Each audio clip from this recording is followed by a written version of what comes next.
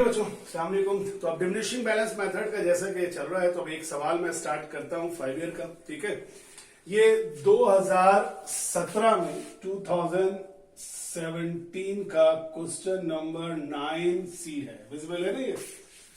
तो अब देखो इसमें सवाल किस तरह शुरू हुआ कि जनवरी 1 2015 को Messrs Zaheer limited purchased a machine which had a list price. अब ये पूरा कंप्लीट है। तो अब इसमें सबसे पहली चीज जो उसने मांगी है वो मांगी है compute the cost of machine. तो सबसे पहला काम जो हम सवाल का पहला रिक्वायर्ड सॉल्व करेंगे, उसके अंदर पहले रिक्वायर्ड में हम कंप्यूट करेंगे टोटल कॉस्ट। तो फिर आ गया competition for total cost of machine. ठीक है भाई, क्या लिखा हुआ है और वो ये है कि कैलकुलेटर्स पे भी कंफर्म करते चलिएगा। Machine had a list price of 2,70,000। सबसे पहले list price 2,70,000 subject to a trade discount of 10%। Minus कर दीजिए ट्रेड डिस्काउंट। ट्रेड डिस्काउंट है 3%, तो 2,70,000 का 10% बनेगा 27,000। ठीक है, इसको क्या नाम देंगे? इसको नाम देंगे, क्या देते थे, कॉस्ट प्राइस। ठीक है जी, तो कॉस्ट प्राइस कितनी आई? तो हमारे पास आ रहा है 2,70,000 माइनस 27,000,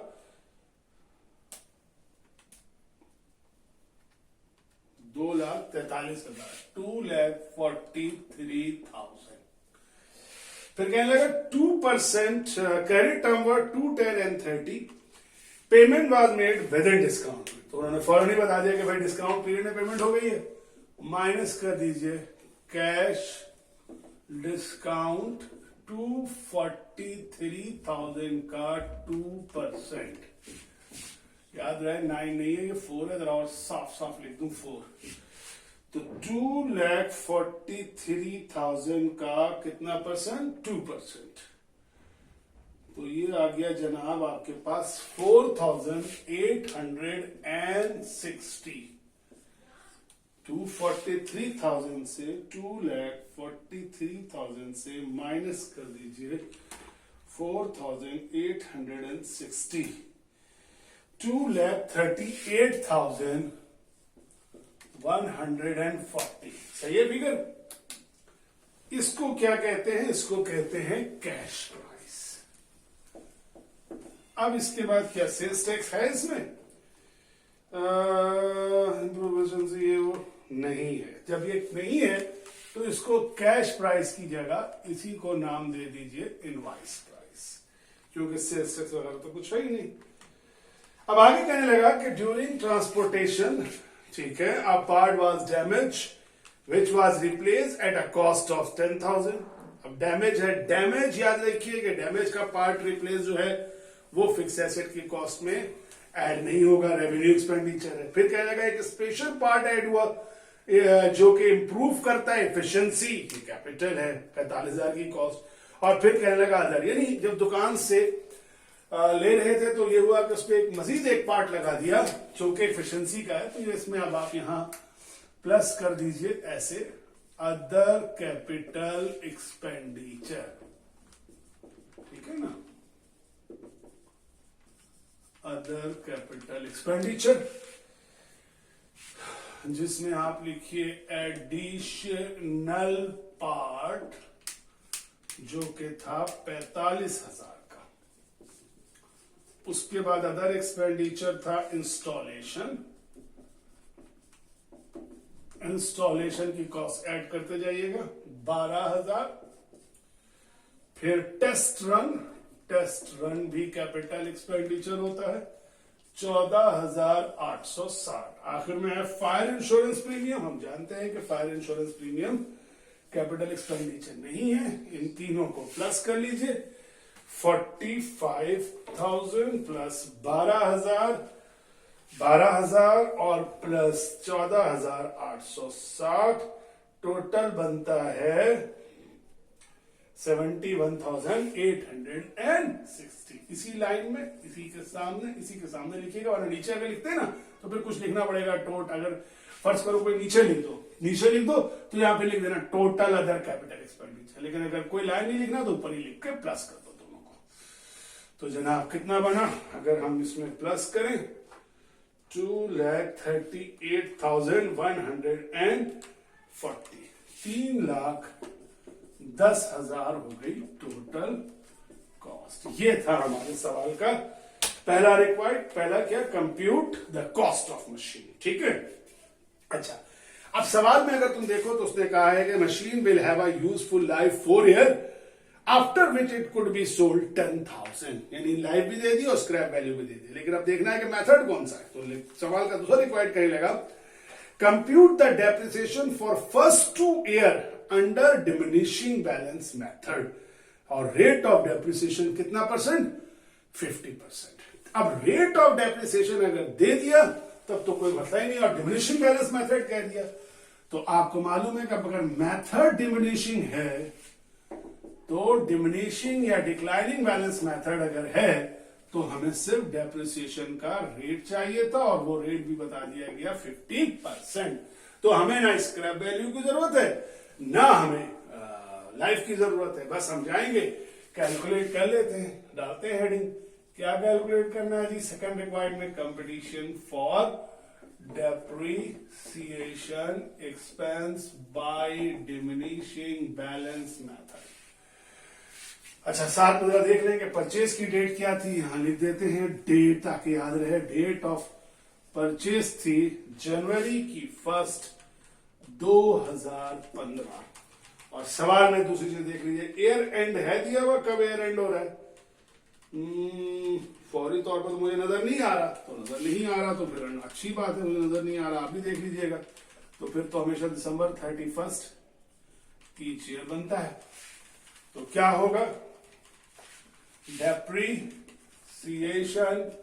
एक्सपेंस दिसंबर 31 2015 का 3,10,000 मल्टीप्लाइड बाई 50%।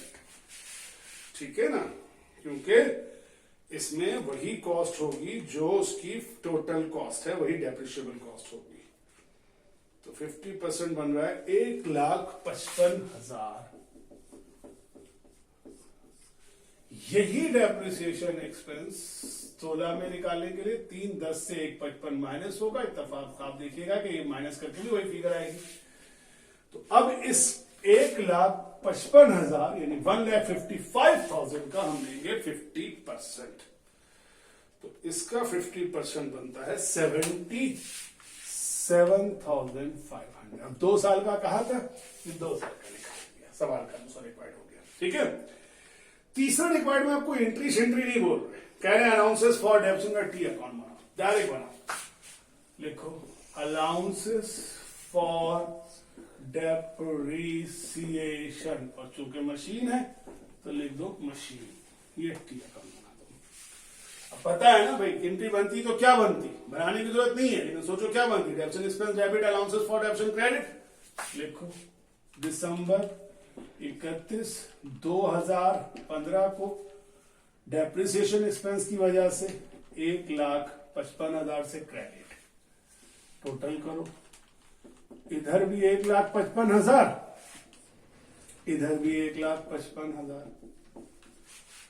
जहां बचा वहां बैलेंस सीडी 1,55,000, दूसरी तरफ बैलेंस बीडी 1,55,000। अगले साल का दिसंबर 31 2016 77,500। टोटल क्या बनता है भाई, 500, 12 का 2, 7, 5 अगेन 12 और 1 13, 2,32,500, 232,500 यही है भाई। और बैलेंस सीडी 232,500, बैलेंस बीडी 232,500। अगले पेज पर चेक कर लें कहीं चौथा रिक्वायर्ड भी ना हो, इसका कोई बैलेंस शीट वगैरह ना मांगी हो। ठीक है, देखते हैं जनाब। चेंज हो जाओ पेज, नहीं खत्म हो गया। तो अगर आप देखें तो ये आपके सामने, वैसे अगर मैं मार्किंग बता दूं तो ये सवाल सी सेक्शन जो होता है वो 2 सवाल करने होते हैं ना, तो 30 नंबर का होता है। 30 नंबर का मतलब है कि 2 सवाल 30 में बांटे तो 15 नंबर का। तो ये 15 नंबर का अगर ये सवाल है तो इसमें नॉर्मली ये होगा कि 6 नंबर का आपके पास टोटल कॉस्ट निकालने का होगा, ठीक है। और 6 नंबर के बाद आपको जो बच जाते हैं नंबर, कितने, उसमें 8 नंबर बच जाते हैं। तो 4 नंबर इसके होंगे और 4 नंबर इसके होंगे, समझ गए। 1 नंबर ओवरऑल प्रेजेंटेशन वगैरह का हो सकता है। तो इस तरह से आपके टोटल कॉस्ट की डिस्ट्रीब्यूशन होती है, ठीक है। तो अच्छा, ये हो गया आपके पास। अच्छा, अब इसी के साथ, इसी के अंदर जरा सा मैं आपको एक और सवाल करवाता हूं। 1 मिनट को पॉज करो ताकि मैं बोर्ड साफ कर दूं और फिर मैं आपको एक और सवाल करवाता हूं। अच्छा, अब एक अगला सवाल करवा रहा था, लेकिन एक और बात आपको एक यहाँ पे सिखा दूं। देखो, जैसे कि अब तुम्हें पता है कि डिमिनिशिंग बैलेंस मेथड में बेसिकली हमें रेट चाहिए होता है, ठीक है।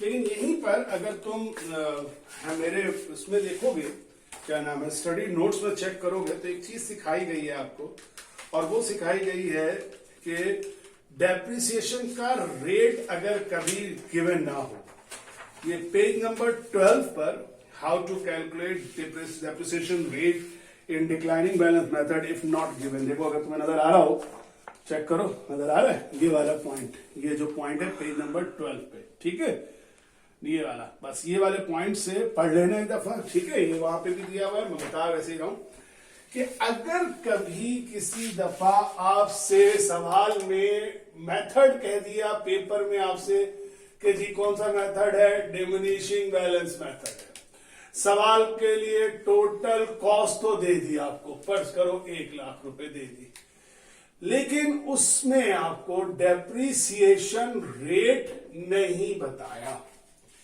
यानी आपको उन्होंने टोटल कॉस्ट दी लेकिन डेप्रिसिएशन रेट नहीं बता रहे। अब क्या करें भाई, डेप्रिसिएशन रेट के बगैर तो हम आगे बढ़ ही नहीं सकते। तो ये ध्यान में रखिए कि डेप्रिसिएशन रेट बेसिकली कैलकुलेट होता है लाइफ से। उसके वैसे तो 2 तरीके हैं, लेकिन मैं सबसे आपको आसान तरीका सिखाता हूं, ठीक है। तो कभी भी किसी भी डिमिनिशिंग बैलेंस मेथड में अगर डेप्रिसिएशन रेट ना हो तो फौरी तौर पे ढूंढो किस चीज को, लाइफ को। फर्ज करो लाइफ दी हुई थी 5 साल, ठीक है, नजर आ रहा सही, 5 साल लाइफ दी हुई थी। तो अब अगर फार्मूला एक है, इसकी मदद से क्या, किस चीज का formula, formula to find out, क्या फाइंड आउट करना, to find out depreciation rate. कहां से, फ्रॉम लाइफ, लाइफ से। कैसे, तो इसका फॉर्मूला है depreciation rate equal to 1 upon life into 100। बिल्कुल सिंपल तरीका। तो कितना है आपके पास, लाइफ 5 साल, 1 ऊपर रखिए, नीचे 5 रखिए और 100 से मल्टीप्लाई करिए। यानी पहले 1 को 5 से डिवाइड कीजिए।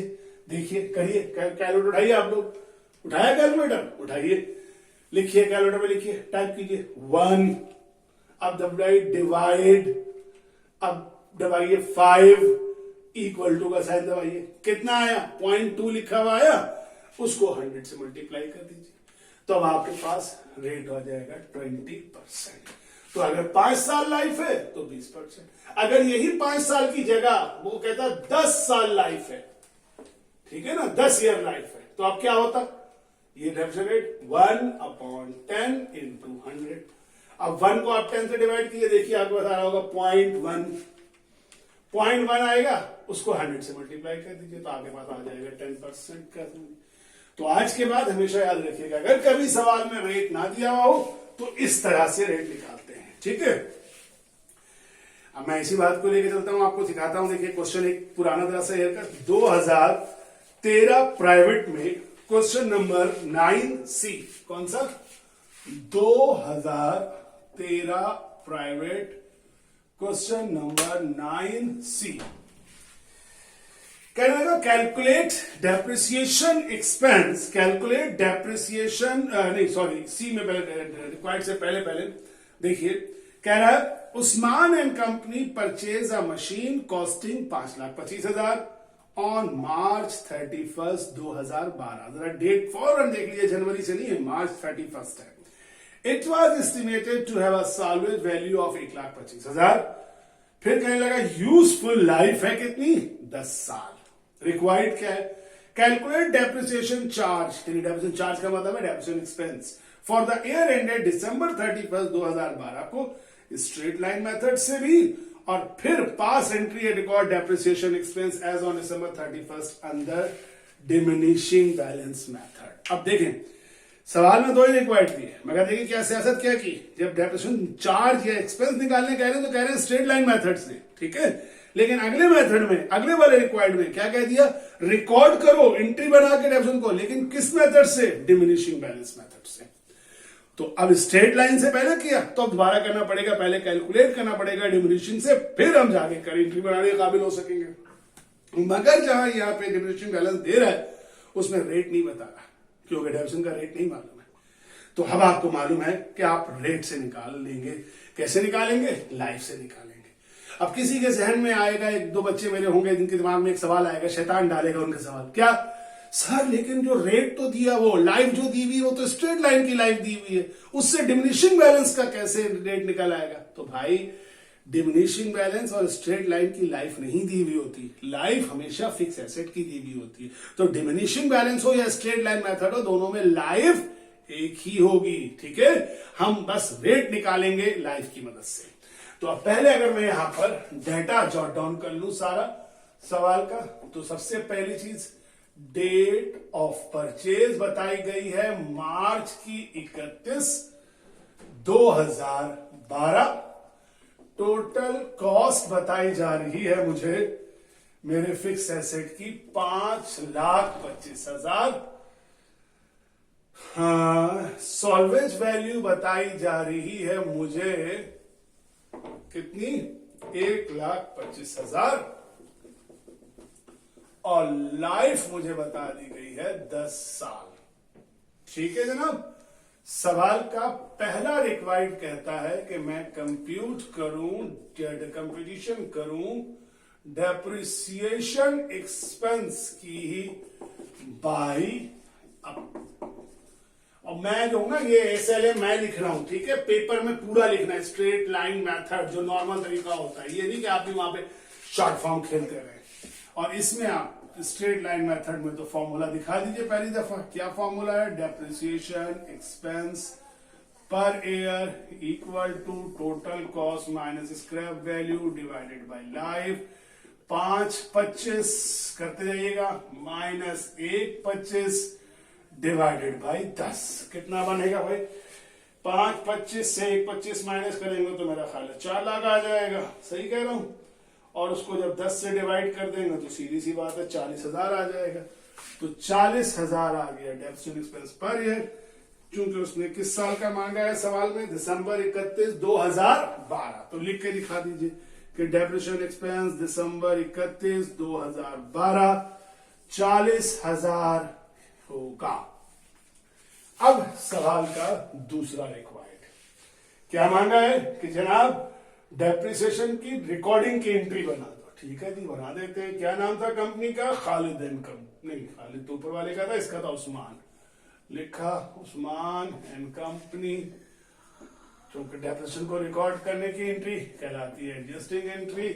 कब बनेगी, December 31, 2012 को। क्या बनेगी, depreciation expense debit allowances for depreciation categories की अमाउंट निकालने के लिए एक अदद कंप्यूटेशन करनी पड़ेगी। क्या होगी जी, computation for depreciation expense by diminishing balance method.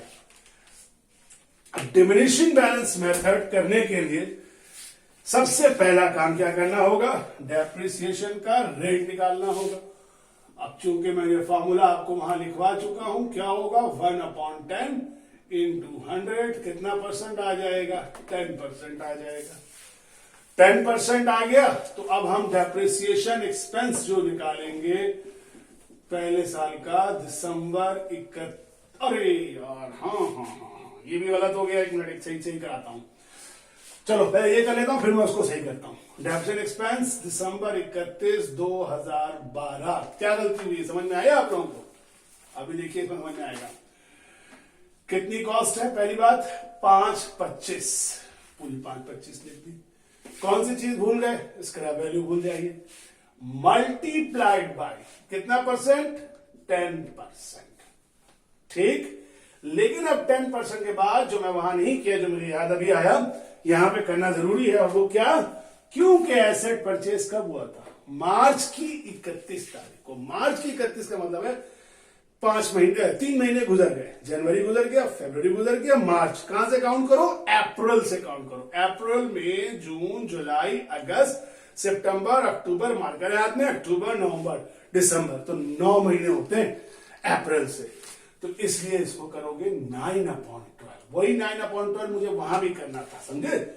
तो क्या करोगे? 5.25 मल्टीप्लाइड बाई 10%। ठीक है, उसके बाद जो आएगा उसको ये आ रहा है बहरहाल 52, इसको मल्टीप्लाई करोगे 9 डिवाइडेड बाई 12 से। अच्छा, एक चीज ध्यान में रखना, आ रहा होगा 39,375, अगर मैंने गलत नहीं किया। पहले हमेशा क्या करना कि 10% निकालना, इक्वल टू दबाना और फिर ये 9/12 करना। एक साथ नहीं कर देना सारे को, ठीक है?